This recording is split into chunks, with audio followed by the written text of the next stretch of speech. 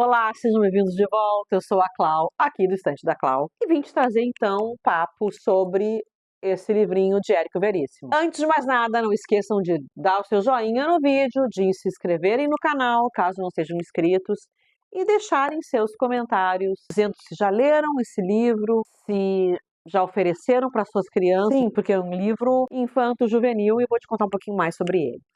Eu resgatei esse livro lá da minha infância, da minha juventude.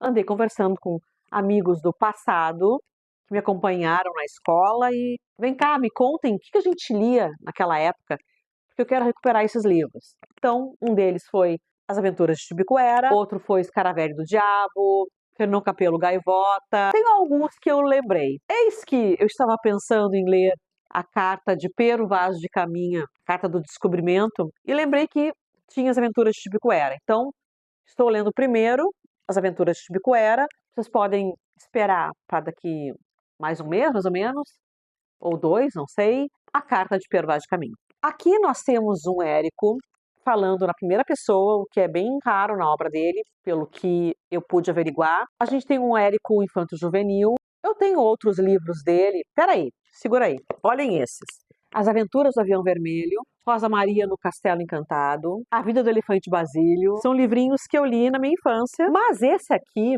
digamos que é infanto-juvenil. É para uma criança um pouco mais velhinha. Eu não indicaria para um pré-adolescente já de 12 anos para cima, acho que já não rola. Teria que ser uma criança de seus 10 aninhos, vai.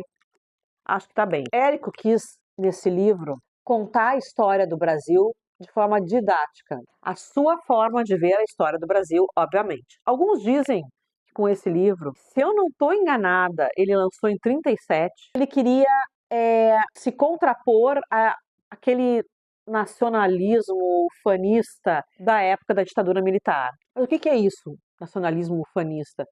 Era um movimento que tinha, mais precisamente, Getúlio Vargas, tá? De exagerar as qualidades da pátria. Alguns dizem que Érico, então, tentou se contrapor a esse movimento ufanista com esse livro. Na verdade, Érico é muito seco e muito objetivo nesse livro. Ele conta a história de um índiozinho da tribo dos Tupinambás, que é o Tibicuera, que recebeu 2 presentes do pajé da tribo, com o seu nome, Tibicuera, queria dizer cemitério na língua indígena, e ele recebeu, digamos assim, um poder de poder viver longo tempo, então viver séculos. Ele era um viajante do tempo. Eu não enxerguei aqui nessa história desse índiozinho viajante nada muito contundente que a gente pudesse dizer, nossa, é um posicionamento político de Érico, ele está sendo alguém que está afrontando a ditadura militar. Nada disso.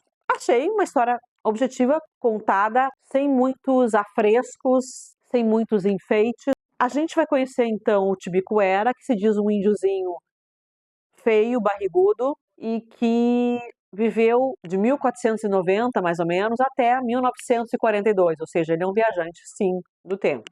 Notem, ele nasceu por volta de 1490, antes da descoberta do Brasil. E isso me fez querer ler como era o Brasil antes dos portugueses.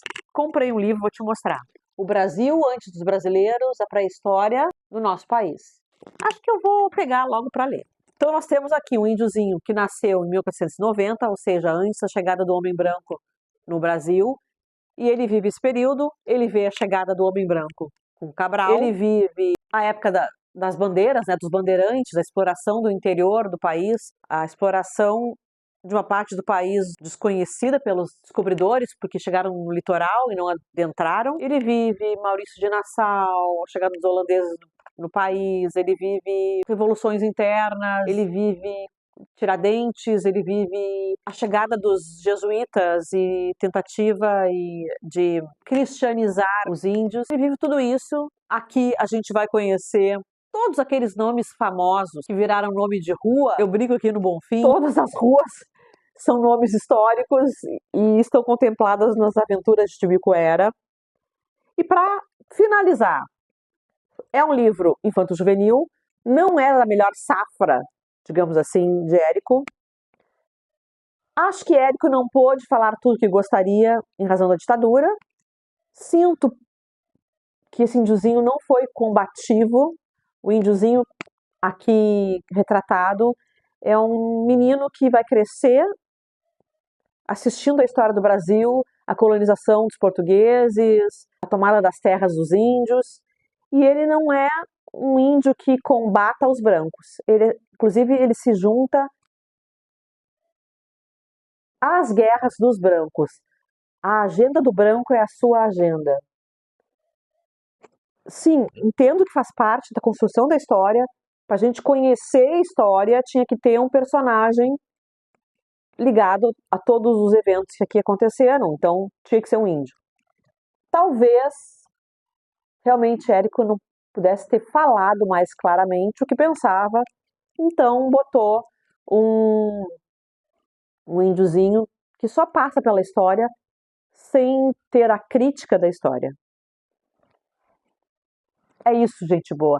Gostaram? Deixem seu like, deixem seus comentários, digam se já leram o livro, se tem algum livro que gostariam que eu lesse. E te vejo no próximo vídeo. Beijos, me liguem.